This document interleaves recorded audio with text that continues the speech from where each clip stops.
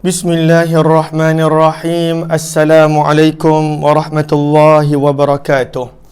Bismillah, alhamdulillah, wassalatu wassalamu ala habibillah Sayyidina Muhammad ibn Abdillah wa ala alihi wa sahbihi wa mawalah. Subhanaka la ilma lana illa ma 'allamtana innaka antal alimul hakim. ولا حول ولا قوة إلا بالله العلي العظيم. اللهم رب اشرح لنا صدورنا ويسر لنا أمورنا واحلل عقدة من ألسنتنا يفقه أقوالنا. اللهم فكهنا في الدين وعلمنا التأويل. اللهم ألهمنا مراشد أمورنا وأعذنا من شرور أنفسنا برحمتك يا رب العالمين والحمد لله رب العالمين. Alhamdulillah, summa alhamdulillah. Apa khabar sahabat-sahabat semua? Selamat pagi. Sabahun nur, sabahul khair. Salam pertemuan dalam program khas sempena bulan Maulidur Rasul, peperangan baginda Nabi sallallahu alaihi wasallam. Saya mohon sahabat-sahabat, ketika mana kita membaca nama Nabi nanti, memperbanyakkan selawat kepada baginda. Moga-moga kita dilimpahi dengan rahmat daripada Allah Subhanahu wa taala. Saya nak raikan dahulu sahabat-sahabat yang berada di ruang komen. Ahlan Rosnah Sharif, Safia Sapian, Zuriat M. Hashim, Ummi Akasha, Kamiza Muhammad Amil, Ana Sukaimi, Nurazia Mukhtar Masniyah, Ramlah Dasuki, kemudian Galik Spirit, Zahara Alias, Yaya Lia, Zaliha Kamaruddin, serta Sufiah Majid, Ahlan, Nur Aini Nasir, Hani Nani, Rohidah Abdul Rahman, Notia Sira, Salmiah Abdul Majid, Nurizita Arifin, Rohidah Abdul Rahman, Hajjah Siti Aisyah, Atikah Farziana, Hani Nani, Abdul Rahman, Abdul Rauf Sulaiman, Ahlan, jazakumullahu khaira kathira, dan juga Rohizan Abdullah, Hardi Suhaimi, Siti Jamilah Ahmad Isa, Nurazia Mukhtar, serta sahabat-sahabat yang lain. Apa khabar sahabat-sahabat semua? Kita bertemu lagi dan kali ini adalah siri yang ke-22 daripada program siri peperangan Nabi sallallahu alaihi wasallam. Seperti biasa, apa kata kita mulakan pertemuan kita, tidak lain dan tidak bukan, kita sama-sama perbetulkan dahulu niat kita. Moga-moga pertemuan kita adalah kerana Allah Subhanahu wa ta'ala. Nawaitu ta'alluma wa ta'lim wa tadhakkura wa tadhkir wa naf'a wal intifa' wal ifadata wal istifadah wal hatha ala tamassuki bi kitabillah wa sunnati rasulillahi sallallahu alaihi wasallam wa du'ai ilal huda wa dalalati ala al khair ibtigha'a wajhillah wa mardatih wa qurbih wa thawabih. Amin, amin ya rabbal alamin. Mohon jasa baik sahabat-sahabat untuk bantu kongsi, bantu sebar luas, bantu share tak rakan-rakan dan ahli keluarga yang lain. Moga-moga lebih ramai yang dapat mengenali tentang baginda Nabi sallallahu alaihi wasallam. Hari ini kita telah tiba pada muka surat 32. Mohon sahabat-sahabat catatkan peperangan Rasulullah siri 22 muka surat 32. Lalu setelah penulis buku memperkenalkan kepada kita secara ringkas keadaan baginda Nabi sallallahu alaihi wasallam sebelum menjadi rasul, situasi baginda Nabi sallallahu alaihi wasallam ketika mana sebelum berhijrah, dan kenapa walaupun teruk diuji, walaupun teruk diseksa, walaupun teruk disakiti dan dimaki, Nabi SAW dan para sahabat tidak diizinkan untuk melawan, apatah lagi mengangkat senjata oleh Allah Subhanahu wa taala. Sehinggalah baginda Nabi SAW berhijrah ke Madinah. Maka telah kita kongsikan semalam kerana orang-orang Quraisy adalah orang-orang yang berniaga. Berbeza dengan orang-orang Madinah yang mereka telah banyak pengalaman dalam peperangan. Bahkan ratusan tahun mereka perang sesama sendiri. Maka ketika mana Rasulullah berhijrah, maka itu adalah hikmah kenapa dibenarkan mengangkat senjata untuk mempertahankan diri, keluarga dan agama hanya ketika berada di Madinah, kerana penduduk Madinah mereka telah biasa pada waktu itu berperang dan mengangkat senjata. Kemudian penulis buku menerangkan tentang peperangan-peperangan yang berlaku di kalangan orang-orang Madinah sebelum kedatangan baginda Rasulullah. Ada banyak peperangan mereka, tetapi disebutkan 13 yang kita telah baca sehingga malam tadi. Muka surat yang ke-32 dibawakan tajuk bermulanya peperangan Nabi SAW. Maka penulis buku terangkan kepada kita strategi-strategi yang telah diaturkan oleh baginda Nabi SAW. Kata penulis buku, kepintaran baginda Nabi mencatur urusan politik dan ketenteraan Madinah sukar dinafikan. Lalu jom kita lihat bagaimana Nabi mengaturkan pertahanan Madinah. Sebab kita dah belajar pada awal buku kata-kata daripada Ubay bin Ka'ab radhiyallahu ta'ala anhu pada muka surat yang ke-16. Ubay bin Ka'ab berkata orang Arab tidak puas hati kenapa penduduk Madinah berani memberi tempat kepada Nabi SAW. Maka penduduk Arab ugut untuk menyerang Madinah, ugut pada waktu itu untuk menghancurkan Madinah. Maka sebab itu Nabi perlu memperkuatkan pertahanan. Sebab itu kata penulis buku, 4 tahun pertama selepas hijrah, daripada tahun yang pertama sampai tahun 4 hijrah, maka Nabi sibuk memperkemaskan pentadbiran baginda dengan menyusun dan memperkukuhkan sistem pertahanan dan ketenteraan Madinah. Maka sebab itu banyak syariah-syariah yang Nabi hantar, pasukan-pasukan kecil yang Nabi SAW hantar. Pada waktu itu nak tunjukkan kepada orang Arab kami tak gentar. Nak tunjukkan kepada orang Arab jangan berani mengganggu kami. Maka banyak syariah yang Nabi SAW hantar. Kata penulis buku, baginda juga turut mengambil langkah-langkah segera yang bersifat defensif. Waktu ini Nabi SAW tidak ada menyerang dahulu, tetapi lebih kepada berusaha untuk mempertahankan Madinah. Dan kita akan lihat walaupun jumlah tentera tak ramai, tetapi kesan dan impaknya sangat besar. Maka baginda pada waktu itu beberapa tahun pertama Nabi sibuk mula untuk memperkuatkan sistem pertahanan Madinah. Sebab ini adalah pemerintahan yang baru. Sebelum daripada itu mereka saling bertengkar, bergaduh, berperang di antara mereka orang-orang Aus dan Khazraj.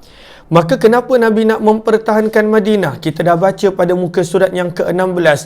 Sebab orang Arab, bangsa Arab mereka dah ugut untuk menyerang penduduk Madinah kerana penduduk Madinah memberi tempat tinggal kepada Nabi SAW dan umat Islam. Kata penulis buku pada perenggan yang seterusnya, antara strategi yang dilancarkan oleh Nabi SAW, Nabi banyak menghantar operasi-operasi khas. Nabi nak keluarkan pasukan pada waktu itu besar-besaran tak mampu. Kelengkapan pun tak ada. Pada waktu itu bekalan pun memerlukan kewangan. Pada waktu itu baju besi pun tak semua sahabat ada. Maka Nabi SAW banyak menghantar operasi-operasi khas. Dan pada waktu itu ke tempat dan tujuan yang strategik yang kita akan baca. Maka pada tahun pertama hijrah sahaja ada 3 operasi khas yang dikenali dalam bahasa Arab sebagai sariyah yang Nabi SAW hantar untuk meronda di kawasan-kawasan di luar kota Madinah. Lalu kebiasaannya Nabi hantar pasukan ini ke mana? Lalu sebenarnya ada beberapa sebab. Kita baca dalam kitab Ar-Rahiqul Maktum. Nabi menghantar operasi khas ini ada beberapa sebab. Yang pertama, seperti yang kita dah baca dalam perenggan pertama, bertujuan untuk menzahirkan kekuatan pertahanan Madinah. Macam contoh zaman kita, maka contohnya Malaysia dan juga negara-negara lain, mereka buat latihan ketenteraan. Dan pada waktu itu mereka memperagakan kekuatan ketenteraan mereka supaya negara-negara sekitar pada waktu itu tidak berani mencabar kedaulatan negara tersebut. Maka Nabi SAW punya tujuan hantar operasi-operasi khas ini, yang pertama nak menunjukkan kekuatan Madinah dan juga pada waktu itu nak mempertahankan Madinah. Tujuan yang kedua yang kita akan baca sebentar lagi adalah pada waktu itu nak melemahkan ekonomi Quraisy. Sebab Nabi nampak walaupun dah berhijrah, orang Quraisy masih lagi berterusan mengganggu Nabi dan para sahabat. Mereka sentiasa mengugut untuk menghantar tentera menyerang Madinah. Dan Nabi nampak orang Quraisy menjadi begini sebab mereka banyak kekayaan yang mereka gunakan untuk berperang. Maka sebab itu Nabi nampak cara untuk merendahkan ataupun melemahkan ataupun menghilangkan ego Quraisy adalah lumpuhkan ekonomi mereka. Sebab itu operasi khas ini juga bertujuan untuk menghalang rombongan perniagaan Quraisy yang sentiasa berulang alik di antara Mekah dan Syam, dan ketika mana mereka nak pergi ke Syam, mereka akan lalu berhampiran dengan Madinah. Itu tujuan yang kedua. Sebab itu kita nampak operasi yang Nabi buat daripada tahun pertama hijrah, kesannya Nabi nampak ketika mana perjanjian Hudaibiyah. Akhirnya orang Quraisy terpaksa akur dengan Nabi dan pada waktu itu mereka bersedia untuk melakukan perjanjian damai selama 10 tahun. Maka ini yang kita nampak. Lalu Allahumma salli ala Sayyidina Muhammad wa ala ali Sayyidina Muhammad. Maka ini adalah yang kedua. Yang ketiga, kenapakah baginda Nabi SAW menghantar operasi-operasi khas ini? Kata para ulama sirah, tujuannya pada waktu itu tidak lain tidak bukan supaya Nabi mempunyai hubungan dengan kabilah-kabilah, dengan kumpulan-kumpulan yang berada berhampiran dengan kawasan-kawasan sekitar Madinah. Nabi nak ada hubungan diplomasi yang baik. Walaupun mereka tak masuk Islam, tetapi Nabi nak ada hubungan diplomasi yang baik dengan rombongan-rombongan yang tinggal di sekitar Madinah dan juga yang tinggal pada laluan di antara Mekah dan Syam. Sebab itu ketika mana mereka nampak Islam adalah kuat, boleh berjaya mengalahkan tentera Rom dalam peperangan Mu'tah, maka mereka banyak masuk Islam serentak sebab mereka mempunyai hubungan diplomasi dengan Nabi SAW. Ini sebenarnya kita telah belajar kebanyakannya dalam kitab Ar-Rahiqul Maktum. Ini sekadar ulang kaji balik sahaja. Lalu sebenarnya banyak lagi sebab-sebab yang lain Nabi hantar tentera operasi khas ini. Bukan sekadar untuk perang, tetapi seperti yang kita sebutkan tadi, daripada banyak tujuan, kita kongsikan 3 tujuan. Dalam buku hanya sebut 2. Antara strategi yang dilaksanakan, kata penulis buku, adalah Sariyah operasi khas. Maka pada waktu itu tempat yang Nabi hantar kebiasaannya adalah kawasan yang dihantar adalah kawasan yang menjadi laluan utama orang-orang Quraisy ketika mana mereka nak berniaga ke Syam. Nabi nak lumpuhkan ekonomi mereka. Macam zaman kita nampak peperangan zaman kita dah bukan lagi peperangan senjata, peperangan ekonomi. Siapa yang menguasai ekonomi, maka dialah yang menang. Siapa yang menguasai ekonomi, maka dialah yang pada waktu itu menguasai dunia. Lalu kita pun boleh nampak negara mana yang menguasai ekonomi. Banyak syarikat dekat negara dia. Lalu sebab itu zaman kita mereka buat seperti mana yang Nabi dah lama buat. Nabi nak lumpuhkan ekonomi Quraisy supaya pada waktu itu Quraisy pada waktu itu tidak lagi menyerang Nabi dan Madinah. Kata penulis buku, biarpun operasi khas yang dikenali Sariyah ini terdiri daripada kumpulan-kumpulan kecil para sahabat, namun kesannya sangat besar. Lalu kata penulis buku, selain mengawal keselamatan Madinah, tujuan operasi khas ini adalah nak menonjolkan kekuatan ketenteraan. Macam zaman kita, banyak operasi-operasi yang nak menzahirkan kekuatan ketenteraan. Sedikit sebanyak operasi ini dapat menimbulkan rasa risau dalam kalangan pembesar dan juga peniaga Quraisy sekiranya perjalanan perniagaan mereka ke Syam dihalang dan disekat oleh tentera Islam di pertengahan jalan. Sebab itu, Lalu kita kena faham, orang Quraisy mereka dah biasa berniaga tanpa diganggu. Ini adalah kesan daripada hubungan diplomasi moyang Nabi Hashim bin Abdul Manaf. Lalu orang Quraisy bila dia berniaga, pada waktu itu dia dah biasa tak dirompak. Sebab semua orang hormat kepada mereka. Lalu mereka tak ada hantar tentera nak ikut bersama dalam rombongan perniagaan, tak ada. Itu pun adalah satu kos yang besar. Maka mereka hanya hantar beberapa puluh orang menjadi pengawal. Tetapi bila tentera Islam dah kerap munculkan diri pada laluan-laluan perniagaan mereka, mereka mula risau. Mereka pada waktu itu mula takut untuk menghantar rombongan perniagaan mereka, maka sedikit sebanyak tergugat ekonomi orang Mekah dan orang Quraisy. Kata penulis buku, sebab itu strategi menghalang dan melumpuhkan barang perniagaan Quraisy daripada terus diniagakan ke Syam adalah salah satu tindakan yang tepat dan wajar. Secara taktikal, setiap kekayaan yang dimiliki Quraisy akan menjadi peluang kepada Quraisy untuk mereka memperlengkapkan ketenteraan untuk mereka memerangi Islam di Madinah. Maka kepentingan seperti ini perlu dihalang, maka tak boleh nak halang dengan kekuatan. Sebab para sahabat baru masuk Islam, maka Nabi SAW halang dengan sekatan ekonomi. Maka pada waktu itu sedikit sebanyak mengganggu akan Quraisy. Lalu ini perang ekonomi yang Nabi SAW buat pada tahun pertama Hijrah. Kemudian penulis buku menerangkan 3 jenis operasi ketenteraan yang pernah berlaku pada zaman Nabi. Kata penulis buku, bukan semua perang yang berlaku Nabi turut bersama ataupun Nabi join bersama. Adakala peperangan itu hanya diwakili oleh para sahabat Nabi, orang-orang yang Nabi pilih dan lantik. Maka sebab itu dalam kitab-kitab sirah ada 3 jenis operasi ketenteraan yang kita akan lihat sebentar lagi.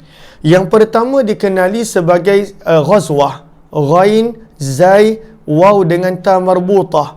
Ataupun ejaan bahasa Melayunya sahabat-sahabat boleh nampak ghazwah. Ghazwah adalah operasi ketenteraan yang mana Nabi sendiri ikut, dan bila Nabi ikut, maka Nabi SAW automatik adalah ketua tentera dan juga jeneral tertinggi. Maka dipanggil ghazwah. Sebab itu bila kita baca dalam sirah tentang ghazwah, kita tahu itu adalah peperangan yang Nabi ikut. Adapun peperangan yang Nabi tak ikut, dia tak dipanggil ghazwah.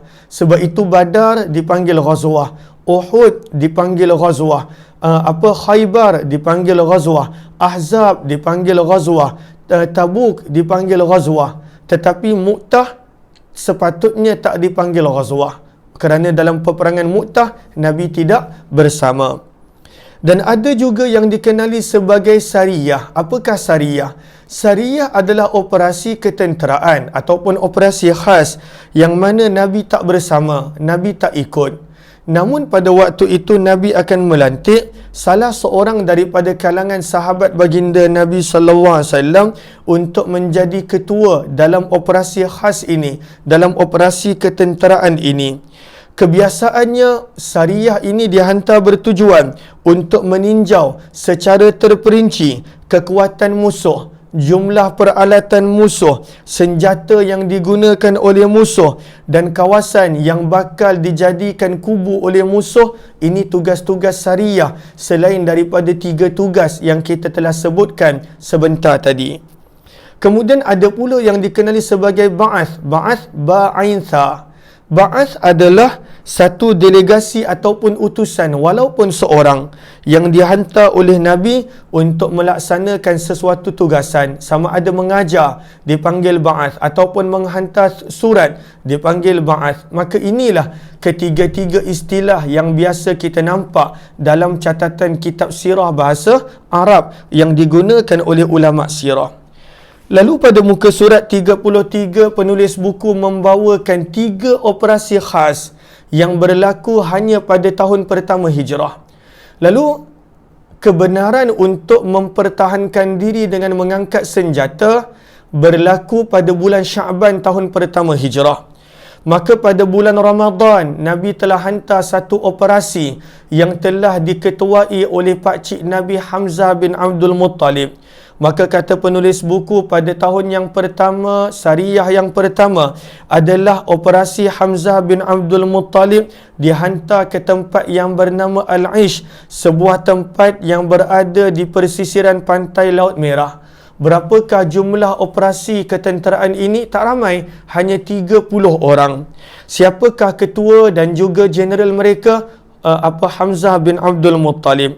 Maka kisahnya secara ringkas, 30 orang tentera Islam yang diketuai oleh Hamzah telah dihantar oleh Nabi ke tempat yang bernama Al-Ish. Manakala Abu Marsad Kanas bin Husain Al-Ghanawi telah dilantik oleh Nabi sebagai pembawa bendera, sebagai pembawa panji. Dalam operasi ini, Hamzah yang merupakan jeneral dan panglima telah menyekat perjalanan pulang rombongan perniaga Quraisy seramai 300 orang yang diketuai oleh Abu Jahal daripada Syam. Maka mereka halang. Dan mereka ni peniaga, mereka tak ada bawa senjata kecuali pedang. Maka pada waktu itu berjaya dihalang. Walaupun berjaya dihalang, maka tak berlaku pertempuran, kerana Majdi bin Amr pada waktu itu bertindak sebagai pendamai dan meleraikan mereka. Maka pada waktu itu tak jadi perang, tetapi tentera Islam berjaya pada waktu itu untuk tujuan dia nak menakutkan Quraisy bahawa jalan perniagaan ke Syam sekarang ni dah tak selamat. Dan kami bukan macam dekat Mekah dahulu, kami hadap dan terima. Sekarang ini kami bangkit dan kami akan mengganggu ekonomi dan juga urusan perniagaan kamu. Maka ini adalah operasi yang pertama. Lalu adakah dikira berjaya? Berjaya, kerana berjaya menghalang rombongan perniagaan Quraisy. Pada bulan berikutnya, ini pada bulan Ramadan, pada bulan berikutnya, bulan Syawal, Nabi hantar satu lagi operasi khas yang diketuai oleh Ubaidah bin Al-Harith radhiyallahu anhu. Tentera ini dihantar ke lokasi yang bernama Rabi'. Berapakah jumlah tentera Islam? Lebih kurang 60 orang. Siapakah panglima mereka? Ubaidah bin Harith. Kenapakah Nabi hantar? Kita dah baca tentang operasi Ar-Rabi' ini di dalam kitab Ar-Rahiqul Maktum dengan lebih detail. Abu Sufyan telah membawa 200 orang tentera untuk menyerang Madinah. Dia bawa 200 orang tentera nak menyerang Madinah. Maka Nabi dapat tahu, Nabi hantar 60 orang. Walaupun tak berlaku perang, sekadar berlaku panah memanah, tetapi ianya menjadi kejayaan pada umat Islam. Umat Islam berjaya menghalang orang Quraisy daripada menyerang hendap Madinah. Lalu operasi khas ramai 60 orang ini, semuanya daripada kalangan muhajirin yang telah dihantar oleh Rasulullah ke Rabi'. Selain Ubaidah yang dilantik menjadi panglima, Mistah bin Uthathah telah dilantik sebagai pembawa bendera dan panji-panji. Menariknya, daripada 200 orang tentera Quraisy, rupa-rupanya ada 2 orang Islam yang dia menyamar sebagai tentera Quraisy, tetapi sebenarnya dia nak berhijrah. Mereka hijrah lewat sedikit. Maka pada waktu tu mereka nak keluar ke Madinah susah. Tetapi maka mereka menyamar sebagai tentera Quraisy. Bila dah dekat dengan tentera Islam, mereka cepat-cepat join tentera Islam. Lalu siapakah 2 sahabat ini? Kata penulis buku, menariknya tentera Quraisy turut disertai oleh 2 orang tentera Islam yang pada waktu itu daripada kalangan Quraisy. Siapakah mereka? Miqdad bin Amr al-Bahrani dan Utbah bin Ghazwan al-Mazini. Maka kedua-dua menyamar sebagai tentera Quraisy untuk menyerang Madinah. Namun sebenarnya itu adalah hilah untuk mereka selamat sampai dan join orang-orang Islam dengan selamat. Lalu daripada sudut peperangan tak berlaku. Cumanya pada waktu itu berlakulah berbalas anak panah, dan ini berlaku pada bulan Syawal, bulan yang ke-10 tahun yang pertama Hijrah. Seterusnya operasi khas yang ketiga berlaku pada bulan berikutnya, bulan Zulqa'dah, bulan yang ke-11 tahun yang pertama Hijrah. Maka operasi ini dipimpin oleh sahabat Nabi Sa'ad bin Abi Waqqas radhiyallahu anhu. Maka lokasi operasi ini adalah Al-Kharrar. Tentera Islam berjumlah 30 orang. Lalu kita nampak tak ramai. Tetapi pada waktu itu mereka ada misi yang jelas daripada Nabi SAW. Sekali lagi, Nabi menyusun strategi dengan menghantar Sa'ad bin Abi Waqqas mengetuai satu operasi ke Al-Kharrar.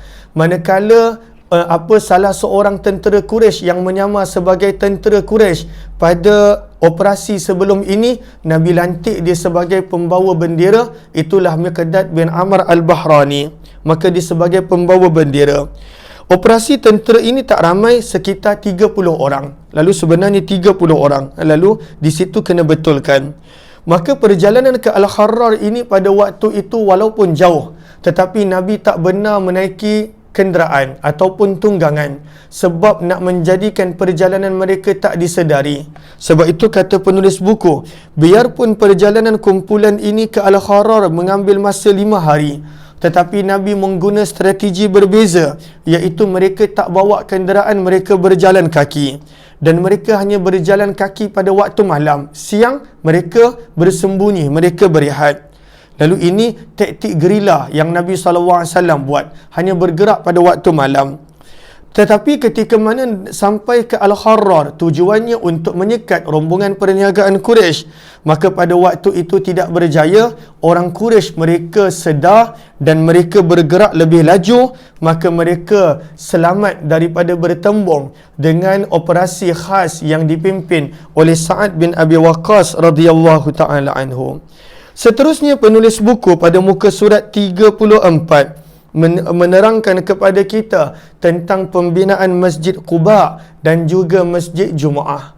Lalu ini kembali kepada peristiwa Nabi mula-mula sampai ke Quba dan Madinah. InsyaAllah yang ini kita akan sambung esok insyaAllah. Pada muka surat 32 ada QR code. Sahabat-sahabat boleh scan, nanti dia akan bawa ke YouTube yang menerangkan sedikit sebanyak tentang sirah yang ada berkaitan dan berkenaan dengan apa yang kita telah baca. InsyaAllah malam nanti kita akan sambung tentang pembinaan Masjid Quba dan juga Masjid Jumaah.